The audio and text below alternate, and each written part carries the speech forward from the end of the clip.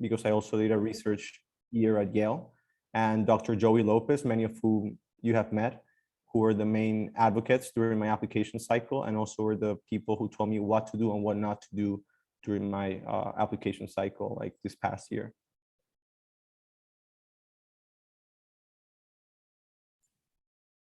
Thank you, Alvaro. Yeah, if you can also give a brief introduction as you guys answer this question about just kind of like where you're from and at least a brief part of your story, but we'll get more into that.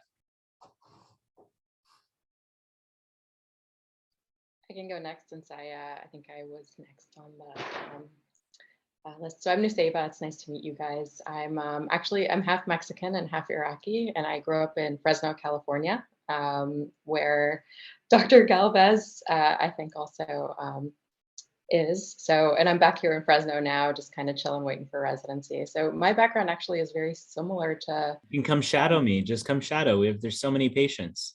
Can I actually? Because I was going to email you. Reach out. Yeah, email me. Yeah, but they're okay. open now. Yep. I'll see you tomorrow then. Oh, just kidding. But yeah, so background, I grew up in Fresno. It's a pretty small city in kind of the middle of California. Not a lot of people know about it, but it's a pretty diverse city. I actually then went to undergrad at Hopkins too. So I don't know, maybe the secret here is going to undergrad at Hopkins. I don't know. And after Hopkins, I decided to do an MD PhD at Emory with my PhD in biomedical engineering at Georgia Tech. So I think that, you know, when it comes to networking and mentorship, you know, my path was a little different. I had twice the amount of time that, you know, other people have. But I think the big thing about networking and mentorship is to find somebody who is willing to go above and beyond for you, or somebody who's willing to vouch for you. So, you know, I did a lot of research at Emory and was very well connected. And so everybody knew me and knew my work ethic. And I, you know, really worked a lot with our program director, Dr. Loskin, who, you know, we became really good friends after a while. And then, you know, I think one thing that I think was probably unique to the MD PhD application is that, you know, I'm, you know, pretty good at research, and so was able to network through that. You know, wrote a paper with Dr. Arun Gasain at Northwestern. I wrote a paper with people at UCLA. And so just being able to get your name out there and get your work ethic out there, I think that's very important. But we can talk more about that. So.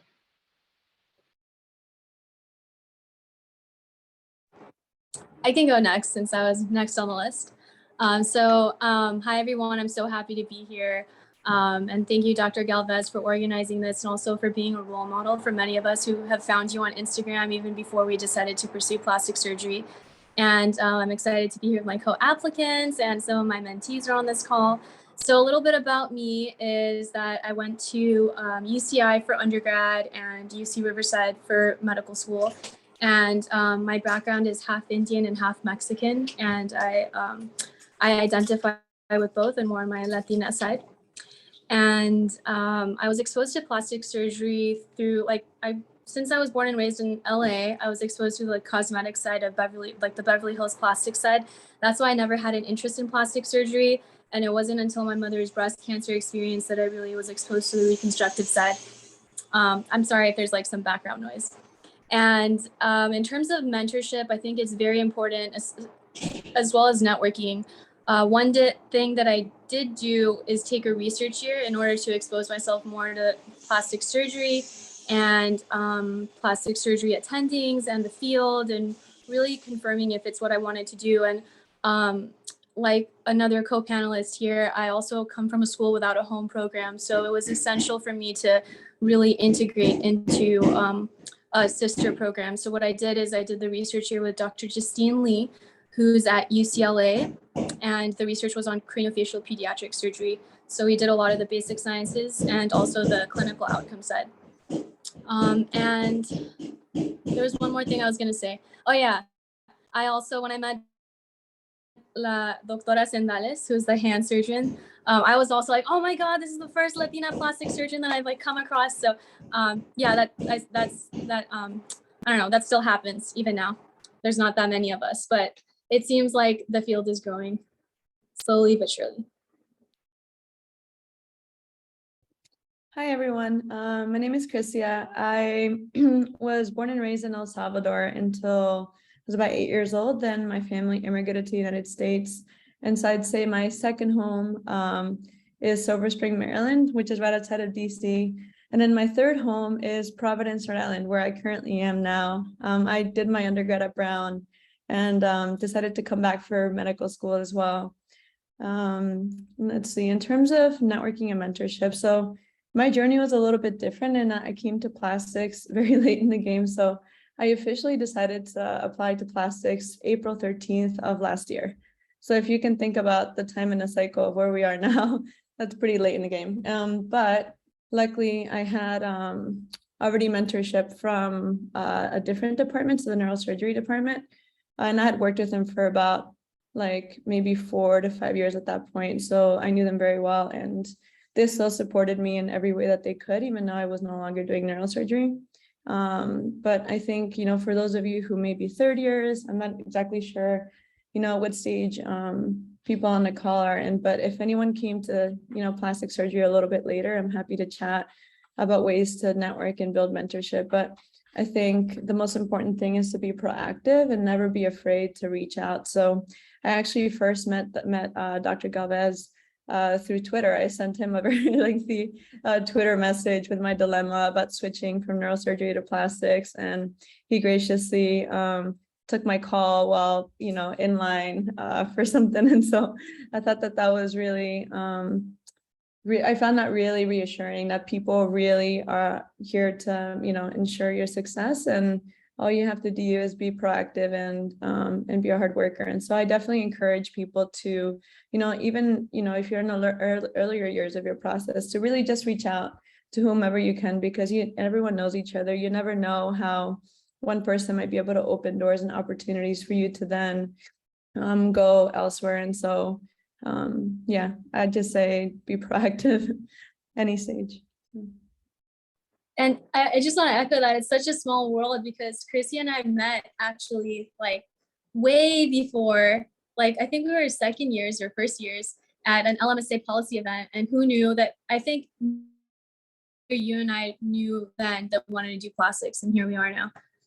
So yeah, so you never know. We met at a policy summit in DC, which I highly recommend through LMSA. And I think the topic that year was for like, you know, in favor, I think, of like the keeping DACA and a couple other immigration policies that affect our patients, and myself as well. So I want to put that out there. I do have DACA, deferred action for childhood arrivals. And I say that because I know that I found it very difficult to find you know, people who also had the same experience, although there are plenty of amazing allies like Michelle. And so it's really great to, you know, to be able to connect in this way now. That was awesome. Thank you guys for sharing all your stories. And it's the one thing I do ask, you know, because I speak to, you know, like 100 students a year at different levels, is you just have to pay it forward, right? And we're all, the problem is this though, is you know, there's so much outreach that you do as a medical student. And I'm kind of giving you guys advice. When you start residency though, you are so busy, right? You have to find time for yourself and find time for that correct balance. But you know, your hard work pays off because you're getting and training to be what you want to be, right? But that spirit of advocacy never dies. You know, even though you may not have time for it, you're still like wanting to help and wanting to do outreach. And so it's just something that I encourage. It's just as you go, and we're gonna set up an intern year one coming up, where hopefully you guys can attend and meet the interns that just finished their year, and ask them questions. But finding that balance is important, but also finding time to encourage the next generation, I think is so important. And so, but yeah, I just wanted to mention that part. Go ahead, Isabel. Where'd you go? Yeah, thank you so much for all of your responses. And then the next question we have is, did you do any away rotations? And if you did, what advice do you have for those that might be starting away rotations this year? I can start, that's okay, guys, given the order, you know. Yeah, so for me, yes, I did aways. It's kind of like a must in plastic surgery. And because I didn't have a program, I was allowed to do 2 away rotations. And for me, it was very much a personal reason. I wanted to be like either in the East Coast or somewhere like the farthest I wanted to go was Midwest, because my family right now is in Puerto Rico and my mom and my dad are not gonna go away. So, you know, if you go to Midwest, like that's like the farthest you can go without having to take like 2 airplanes to go to Puerto Rico. So it was very personal. And also I consider Midwest because my sister was doing her away in ENT in the Midwest. So for me, it was very personal. But at the end of the day, because my research year wasn't funded, I was trying to look for financial aid to do this away rotation. And thank God, you know, there's like a lot of incentives, a lot of scholarships for underrepresented minorities in plastic surgery. And I did one at Mount Sinai, and which it was like all paid, all included, room and board as well. And also I think Chrisia did one as well at Hopkins. I think you came before me, they told me. And they also gave me some money to be able to be there for 4 weeks and a half. And I also did like a shadowing opportunity at Rush University, which was one of my mentors was there. And I stayed there with a friend. That was not paid, but I just wanted to see the program and shadow the plastic surgery department. But for me, doing aways definitely had a personal component, given I'm an immigrant, so I don't really have family in the US other than my mom, my dad that are in Puerto Rico, and right now my sister who's in Indiana doing like first year ENT. But yeah, in aways rotations, you have to be proactive, not reactive. It's a lot of social awareness and you have to like learn things quick. It's easier said than done, but you know, since day one, you gotta know how the team meets, what does each chief wants, and you know, kind of like lead the team when you're going on rounds. You know, try to be a yes man, help the intern on the consults, and just be part of the team. It's fun when you are included, and people, even though sometimes they will not tell you at first, they notice and people talk, and especially in plastic surgery. So yeah, just try to be your best, and yeah, proactive, not reactive, and a team player for sure. Yeah, I'll follow up on that. I mean, yeah, exactly. You have to do away rotations in plastic surgery. I think, yeah, we all did them. I think the big things about away rotations is they're pretty strategic. So my thing was I wanted to come back to California. I had trained, you know, I'd been on the East Coast for 12 years, and I was pretty set on coming home. So I did an away close to home, and so I went down to UCLA for my away rotation. Happy to talk about that. If you guys are doing an away there. But big things about aways, you know, honestly, I think the big thing about the away rotation is personality. You know, everybody thinks that you want to go there and impress people with your knowledge, but if you go there and you start saying a lot of things, you know, nobody really cares about that. People want to know that you're easy to work with, that you're, you know, kind of fun, that you're not going to be annoying, because, you know, in those 8-hour deeps, deep flaps, or the flaps that have to go back to the OR, you know, they want to know that you're going to be a team player, you're going to be willing to work, and you're not going to be complaining or weird or whatever. So I would really say personality is big for your away rotation. But the other thing that I would say is, other than strategy, is it's really a time for you to tell if you want to go to a place or not. And so, you know, take that time to also see, like, do you vibe with the residents? Do you vibe with the attendings? But other than that, yeah, I think, you know, you have to do away rotations. And I think you guys can do a bunch now, which is going to be a lot of work, but it's worth it. And so, you know, always be the first one there. Get the numbers, even if they tell you not to, especially if they tell you not to, just show up anyway. Yeah, just be ready to go. I think that's the biggest thing. And never leave early. The other thing I will say, just like, you know, I'm sure you're going to hear this all day, but like, everybody knows each other. I already have friends from different institutions that are texting me being like, we have this person who's rotating here. Do you know them? What do you think about them? So very small world. So just keep that in mind. Just do your best. Absolutely do your best. Yeah, I definitely echo what Nusaiba said. And one thing I'd say is get there really early. Make sure you have the list done already. by the time that the residents get there. After the first day, ask them for feedback. Is the list what you wanted? Are the numbers correct? Are these the values that you'd like? And so that's like one main thing that you can do. Another thing would be, I'm sorry, maybe like, Christia, could you take over just until this conversation's over? Sorry about that. Yeah, of course. So I guess like, I love all the suggestions so far. I would definitely echo everything everyone said. I think it's great advice, but I do want to add a little bit something that's perhaps more specific to being like Latinx in plastic surgery. And I think that one of those things is that there aren't very many of us. And so I think that, to some residents, to some attendings, you might be one of the first few students who they've ever met who happens to be Latinx. And I think that there's two ways to view it. I think some view it as a great responsibility. And I think I like to view it in a little bit more of a positive way. Like you get to be the first person they meet or one of the first few people they meet and make the best positive, impact so that when the next student comes by, they say, wow, like I really enjoyed that one student and they were so hardworking. They really stood out. They had a positive demeanor. And they were just really pleasant to be around. And I think leaving that legacy is gonna honestly make all the difference in terms of getting more representation for Latinx students in the future. Yeah, sorry about that. So yeah, I echo that too. And I think it's also a great added benefit if you speak Spanish. You can help with any translation that's necessary, given that the facility allows for that. Legally for legal reasons and consenting reasons, but that's definitely an added benefit. And for many, like Christia said, it's the first time they've ever had a student on the service who speaks Spanish, and it's like a whole new experience for everyone who's there. So there's definitely an added benefit. Another thing I'd say is definitely carry a wound bag, be familiar with all the different like the garments that are worn, the different like bandages that are used and like stump shrinkers, all of that stuff. Have your scissors always, have your list always, make enough copies for everyone on the team.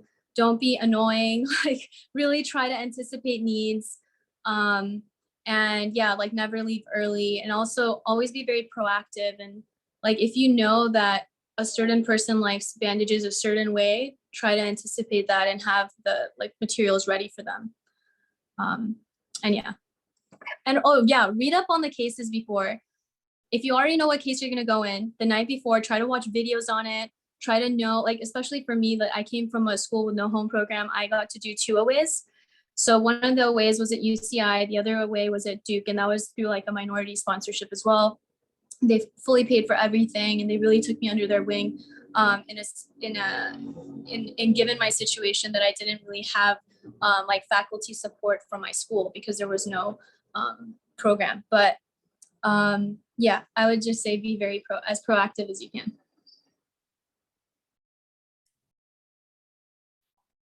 Thank you everybody for sharing. That was awesome. The the away rotation is always there's always going to be questions from students. What's the secret place, and how many rotations should I do, and all those specific things. But I was going to bring up that part about speaking Spanish, and our group here is obviously inclusive, and I recommend everybody, right, whether you're Latino or not Latino.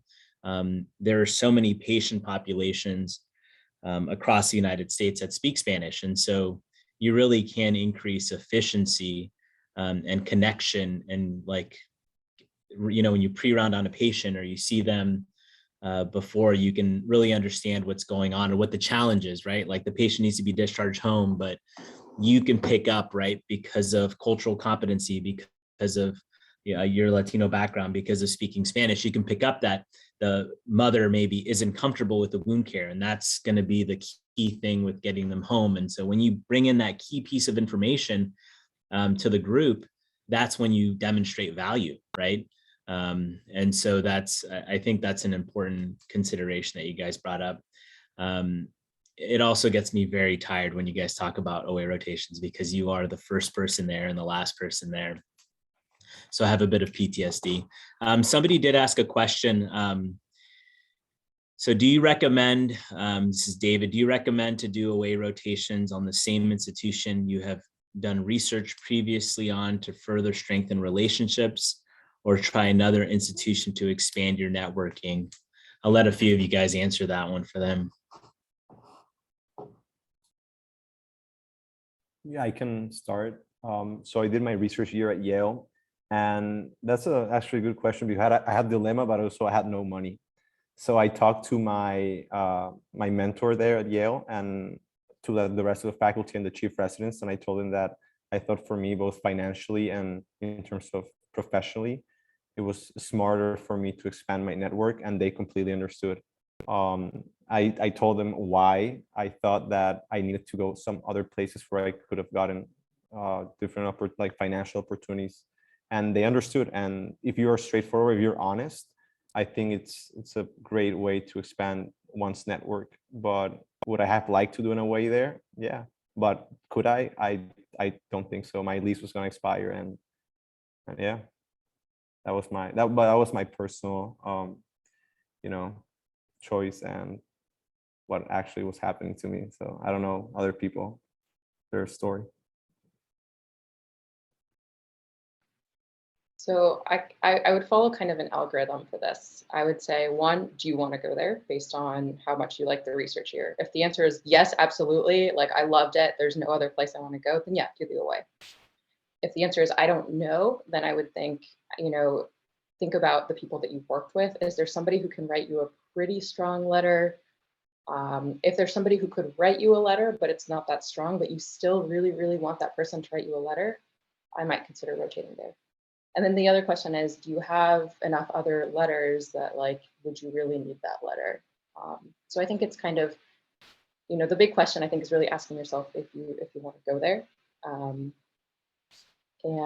And then if it's a maybe, just kind of considering other things. And then if you don't even want to go there, then that's really easy. But that's just kind of my easy way to think about it.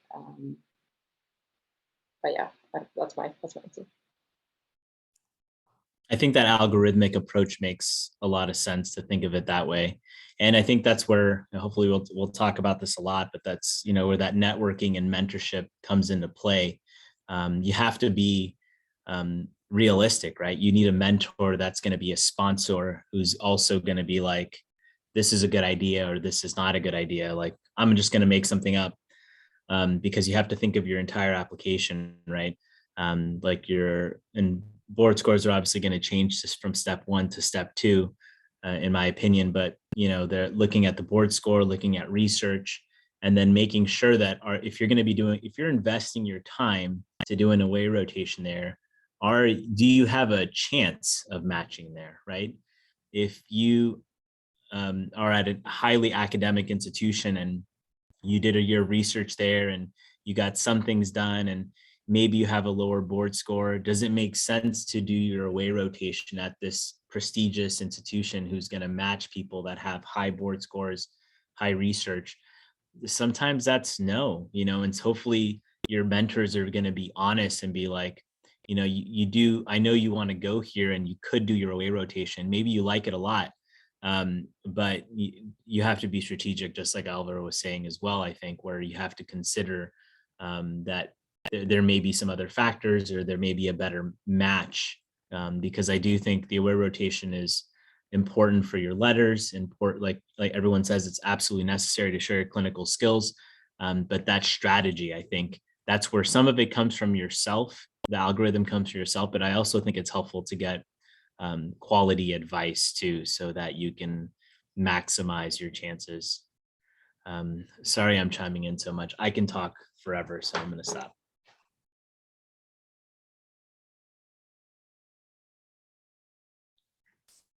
Thank you so much for sharing that advice. The next question that we want to talk about is, how do you stand out on your applications? And that also comes from, there's also a question from David in the chat that's related to this. It's talking about, with step 1 being pass fail, what assets could you have as a plastic surgery applicant? I was wondering actually if maybe we can popcorn it a little bit, and we, that way Because I didn't have much more to add in the other one, so I was wondering if like we could kind of like switch back and forth, so we don't have to go in the exact same order. What do you guys think? Sure. Is that good? I think Alvaro wants to go first. Sorry, I'm just kidding. I mean, if Alvaro Just- wants to go, I'll give it to you. I'm just kidding. I'm just kidding. No, switch it up. Switch it up. Yeah, I guess for this one really quickly, I honestly think just like if you have an interesting life story, and I know that sounds kind of cheesy, and I know that nowadays it's kind of like a controversial thing because sometimes it feels like you have to have every disadvantaged background in order to even get anywhere. But if you do happen to be one of those people, I definitely think that practicing with someone on how to best use that as an asset, as a strength, to demonstrate your resilience. So not so much for people to feel bad for you, but really to highlight the fact that you are resilient, and here are 1,000 reasons why that's the case. I think that that is a great way to do that. So if you are someone who has a unique background, I definitely would practice with someone on how to make that stand out and shine, and obviously show, don't tell. So that'd be my 2 cents on this one.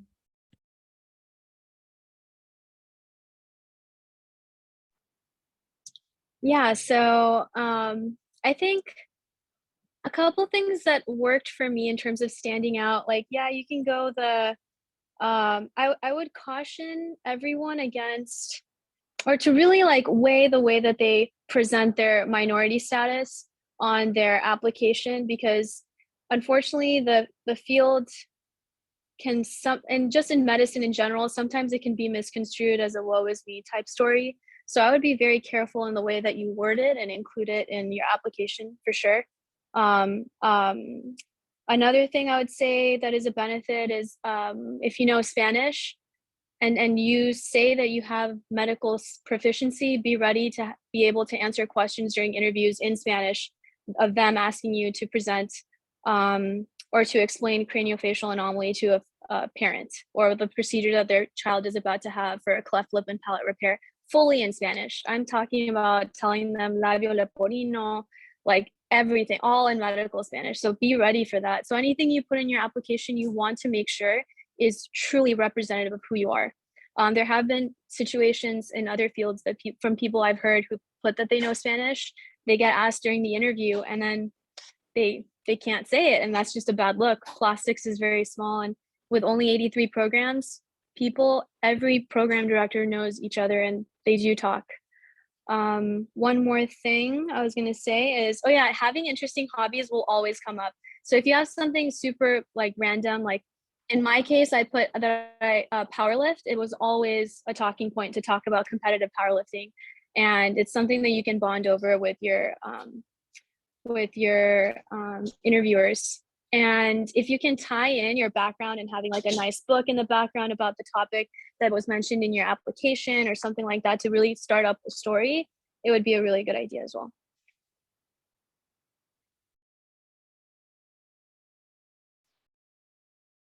Yeah, I echo everything that everyone has said. I think one thing that, I was reading recently is, or not reading, but like one thing that we think a lot about, one thing that's scary about applying is that, going through med school, you're kind of expected to be this like amazing med student who does everything, loves everything, and is, just enthusiastic and all these things. And I think when I was in med school, that was something that really overwhelmed me, because I knew that, my strengths weren't necessarily the same as what everybody else had. I mean, one thing that, somebody brought up, like board exams, I've never been good at board exams ever in my entire life. And so that was one thing that I was really, really worried about. And I even thought about not applying, honestly, because I was like, this is just not, I don't fit that mold of like this perfect med student with these amazing board scores.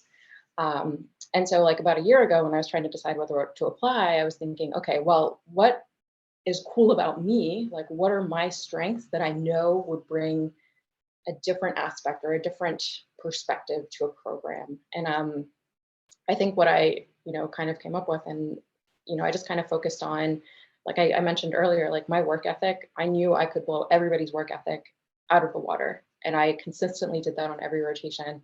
And the second thing was I was really good at research. And so I think, just being introspective and thinking, maybe you are an amazing test taker, and that's going to be part of how you stand out on your application. Maybe, you are really good at other things. Maybe you're a great communicator. Maybe you give great presentations. And so your focus for the next year should be going to conferences and giving the most amazing presentations. So, we all have very unique things about us. Don't worry about the little things. Maybe you're not good at one thing. That's okay. But just really, be you. If you, regardless, and do your best and apply, and you never know. I mean, I almost didn't apply, which is kind of crazy. So I think, I don't know. The other thing I'll say, which I really want to say, is take a look at all of, there's 4 of us on here, but there's 4 others that couldn't make it today. Look at the institutions that we matched at. I mean, these are institutions that we felt were a great match for people like us, and institutions that also felt the same way about us. And so maybe do away rotations at these places. These are places that value us, and so I think that's also really important. Yeah, and talking about how you stand out. Well, we're more than med students. We're people with hobbies. We're people with passions. We're people with lives outside of medical school. And sometimes you think you have to be the coolest guy, but don't lie, never lie. I remember in one of my interviews, the first thing this person told me is like, I just interviewed someone who told me he spoke Spanish, and it turned out not to be true. You say you speak Spanish. Can you speak Spanish? And the whole interview was in Spanish, and I was surprised, right?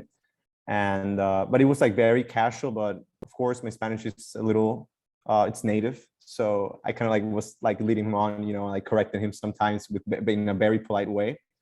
And something that surprised me about plastic surgery interviews is that in my case, most of the questions were about my hobbies. I love Formula One, and like a fun fact of me, I'm a pizza eating champion, right?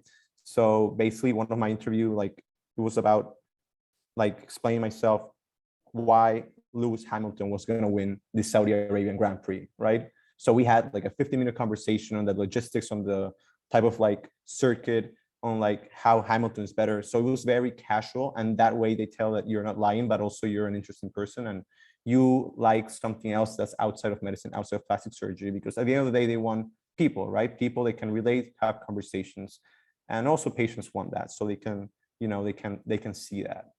And yeah, definitely languages, never lie about languages. Like I say I'm intermediate in French, and I don't say I'm advanced because I'm not advanced. I say I'm native in Spanish because I am, and just be very, very honest.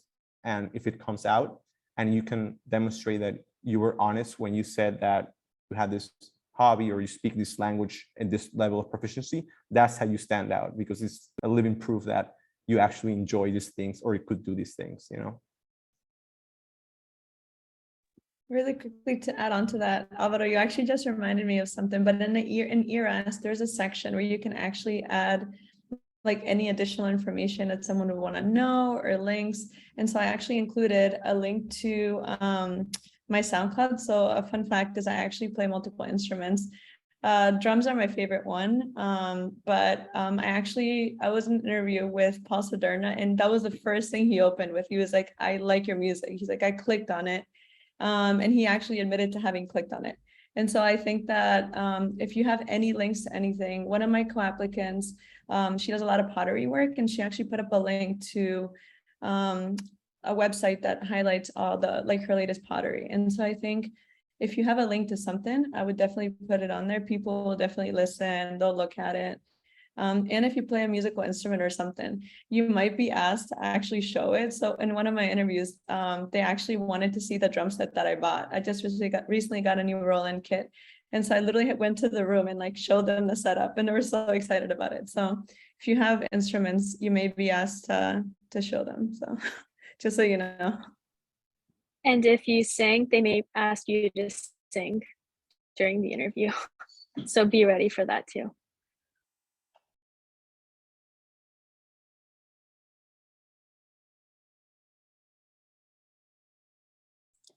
Yeah, thank you. And you guys gave a few advice for the next question, which was interview tips, and a few of you have talked about some of them. Also, there's a question in the chat asking, how do you do to overcome lower board scores? And did they ever ask you about your scores during the interviews? I can answer that quickly. That was definitely something, I guess, like I was worried about, but literally nobody asked me at all, and I was ready for it. I don't know. But I think that was the question. What are strategies to overcome? Oh, I mean, I think it's kind of like what I said, having something that, a few things that you're really good at. I mean, mine was research. Like, I have a PhD, so I'm like quite good at it. And so I think, just, whether it's research or something, it's totally possible to overcome these board scores. And then, I think the big thing is just, getting the interview. I mean, a lot of schools, to be honest, still use like a filter. And so, those schools, just probably will get screened out. And that's kind of how I approached it. If they, don't want me for that reason, then it's kind of their loss. But I guess my thing for interviews, I kind of went into interviews just blind. I mean, I think like a lot of people go through and like research every single person that they're going to interview with, and that's probably a good idea. I just went into everyone and like asked questions and like, I don't know, just had a good time with it. And it was really fun.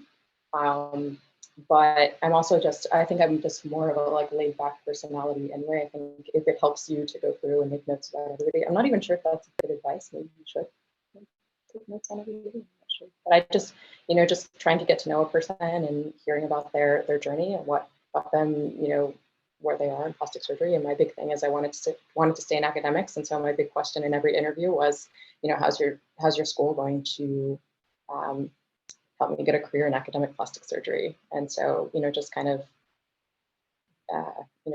just being yourself is really, and don't lie, seriously, like don't lie, you will get caught in it. I guarantee you will get caught in it. Yeah, those are my interview tips. I can also add to the question about lower board scores. So my step 1 was super low. Like, I actually mean it. I'm not just saying it because I know some people say that it's low and it's not actually low. Mine was really low.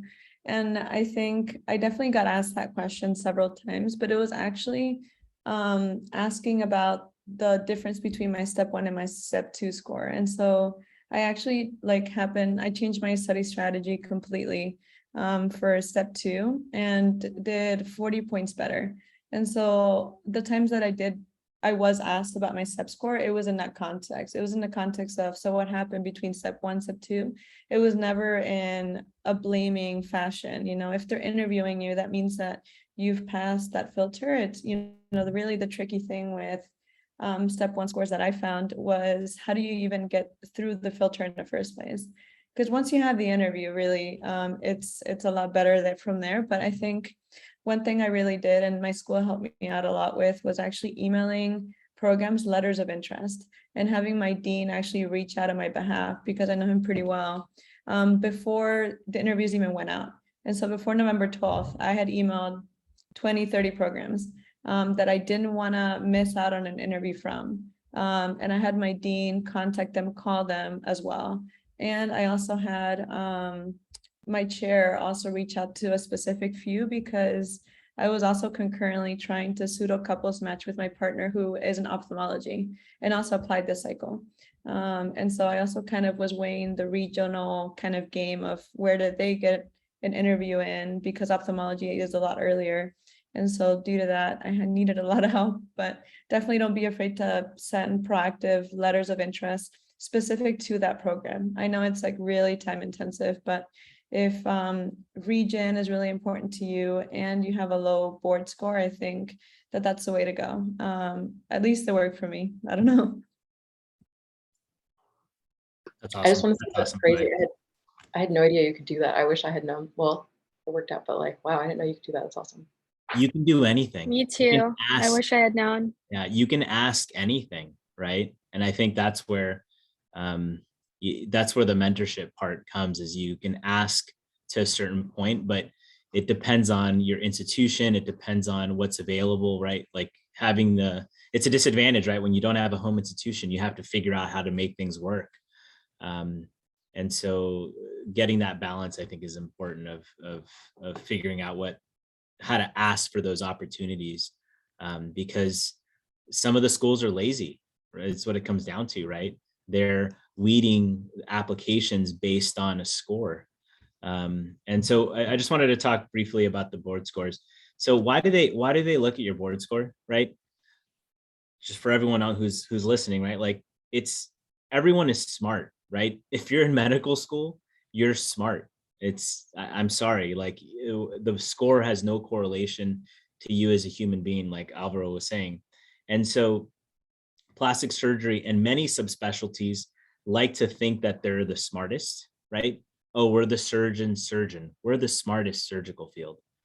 No, it's all the same. It's all medical information. It's all surgical information. It's all things that can be learned and taught. And so I just, at least for myself, like I did well in my step 1 score because I went to an institution privileged that scared me early that step 1 was really important. So that was a privilege of knowing that I needed to study and they gave us time to study. That's why I did well. And they'd like to think there's a correlation with that score with how you're going to do during residency with your in-service scores. There's no correlation. The only way you're going to do well on your in-service score is by studying and putting time into it. So I did well in step 1. And then in my entire residency, I got like 15th percentile in all of my in-services until my last year where I actually had time to study because I was on a cosmetic rotation. Then I got 75th percentile. And then I took my boards and then I got 75th percentile because I had time to study. So it all has to do with, just so you guys know, you guys are entering residency, you're going to like, oh, I have to do well in my in-service. Yeah, some of your programs are going to be a little bit more focused on that, but it has to do with time that you've spent. It has no real correlation with how smart you are. And so just for the people that are applying and asking those questions, that's why they consider it. It's an easy weeding mechanism that they use to lower the amount of applicants to look at, but everyone is smart. Everyone can be qualified. You just need the right advice about how to go about it, how to answer that question, how to make other parts of your application, and how to be realistic about it. Okay, sorry, I'll stop talking. No, that was awesome. That makes me feel so much better. Thank you for saying that. We're all smart. We're all incredibly intelligent in every single way. And plastic surgery, part of it is how it's your ability to communicate with the patient, communicate with the families, your physical abilities as a surgeon, knowing minutia in plastic surgery, like what percentage of people have a palmaris longus tendon. Like, sure, it can be a little bit clinical relevant. It's 15%, 9 to 15%. But like, those are the minutiae that they ask you about, right? And if you haven't read it or studied it in a while, you're not going to know that small little fact. Anyways, I'll stop talking.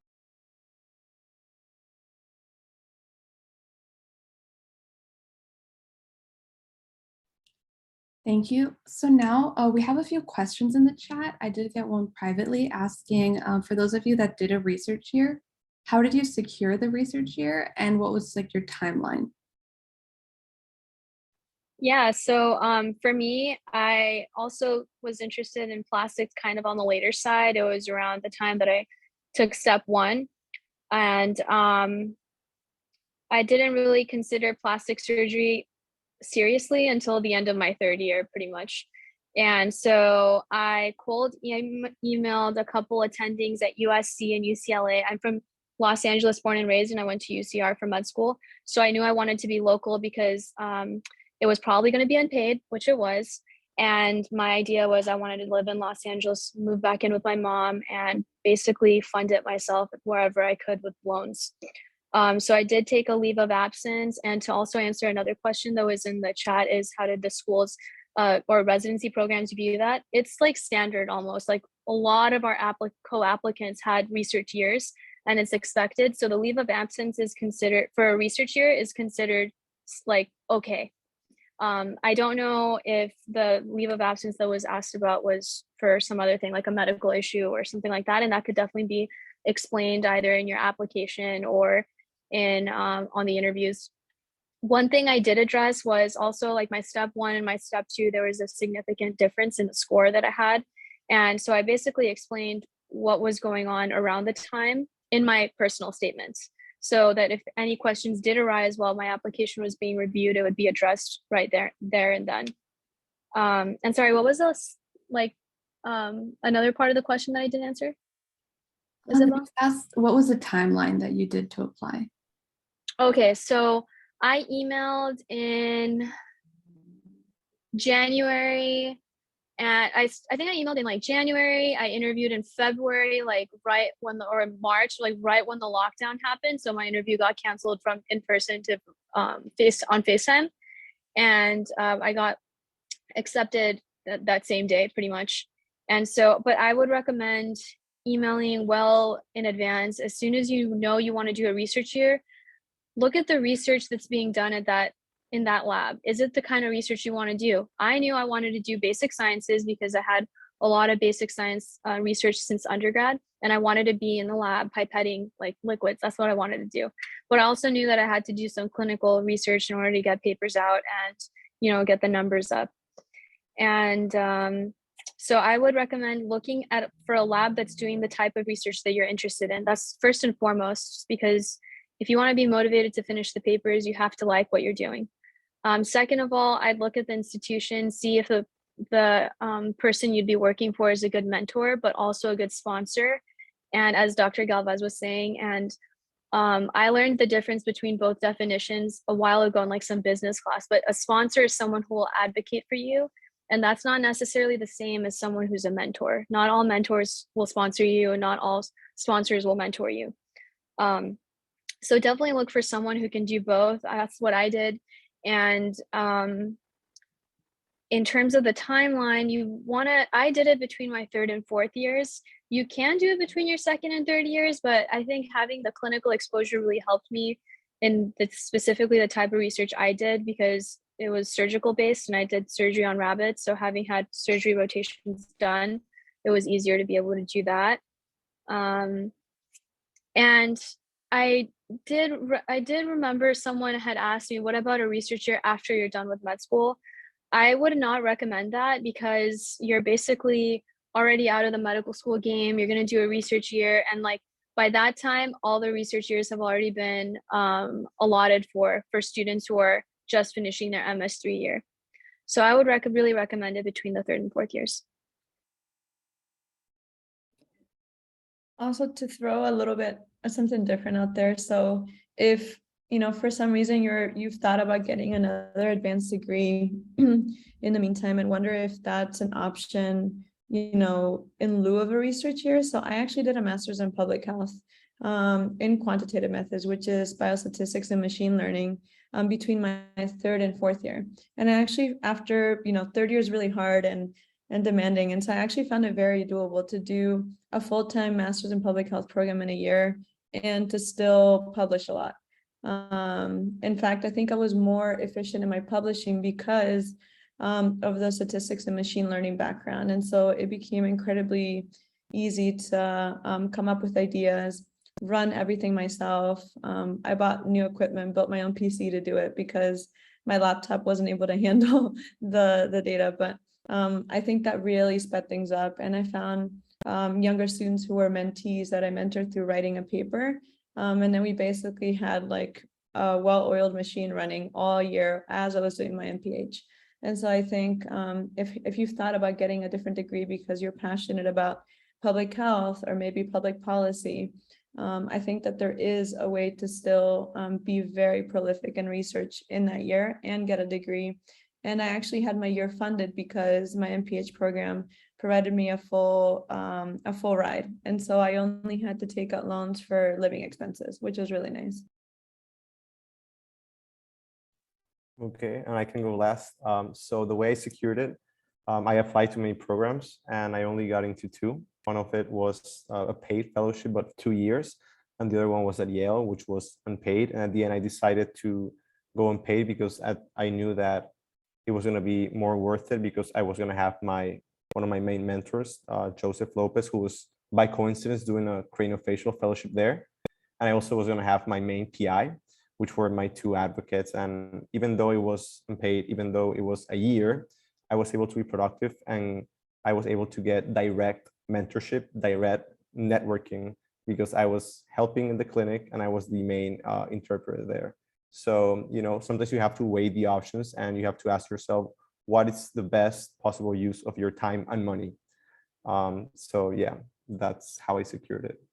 And it was actually 9 months because of the COVID. So, you guys, I think you can actually get a year of research, but my advice when applying, first of all, try for the research year to be funded one and apply early.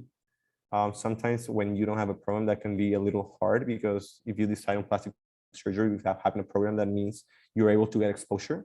So I recommend that as a first or second year, start shadowing. So by the time the third year comes, you know that you want plastic surgery. And if you think you need a research year, then you will feel confident about doing it, but early during third year, I would say. Awesome.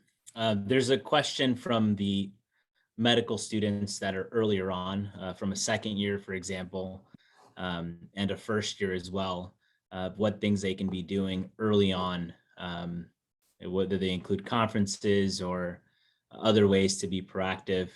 Another one was about just doing research in the summer, what to focus on besides publishing things. And they asked like work ethic, goals of the summer, leaving a good impression. Yeah, I think I can start off with some of those questions. Is I really recommend, and I say this for everybody, and I say this in general in social media, but I think shadowing has a huge impact on what field you end up choosing, right? Because I think that's the most important thing, is really when you're choosing any surgical field, is whether it's the right fit.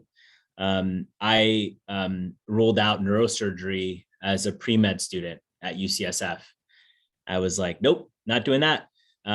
Within like 2 weeks of shadowing, I'm like, this is not for me.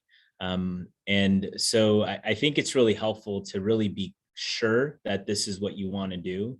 And so I would say the number one thing that I did when I was a first year medical student, even though I was doing research fairly early, and I had a lot of opportunities where I was at, is I was shadowing at the same time. And it doesn't take that long. It's, you can spend a morning seeing cases, or one day every 2 weeks. It really renewed why I was doing the research, why I was interested in this field, why I wanted to be like the residents, why I'm in the lab, why I'm working hard, why I'm staying late. So that's just that would be my number one recommendation, is I think you want to be clear and trying to scrub these cases and follow in the OR as well as in clinic, that it was the right fit for me. What about you guys? Yeah, I think shadowing is important. One thing that I wish I could have done, given that I didn't have a home program, is having rotated on plastics before going into a sub-I. So the only experience I had from plastics before the sub-I was from shadowing. And not just plastics, like Dr. Galvez mentioned, shadowing other fields that you may be potentially interested in. I shadowed an ENT, I shadowed neurosurgery at USC, thinking that that's initially what I wanted to do. In the very beginning, I thought I wanted to do that. And being able to rotate there and see, like, it's not just the surgeries, it's also what kind of patient population do they treat? What kind of long-term consequences do patients have? Like in neurosurgery, they're either brain dead or very few of them make it. So it's beneficial to shadow to rule out other specialties and also confirm if plastics is what you want to do.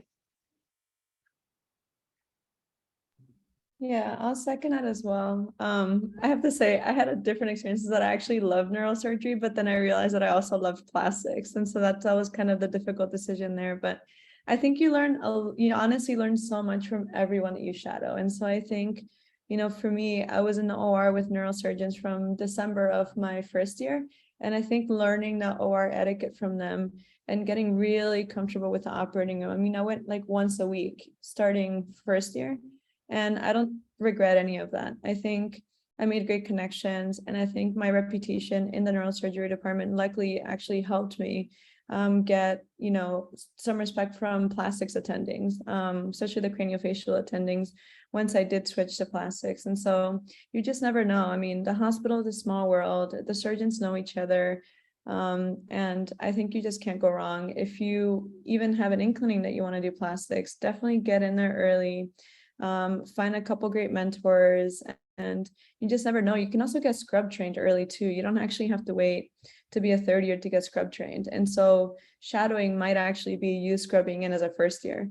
And attendings will let you do that if you actually get to know them. And I mean, I basically got to hold a temporal lobe as like an M2. I wasn't even rotating.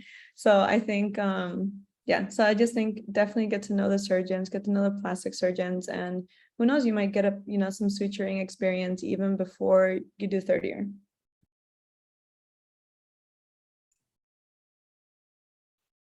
That's awesome. Well, I think that concludes our hour, right, Isabel?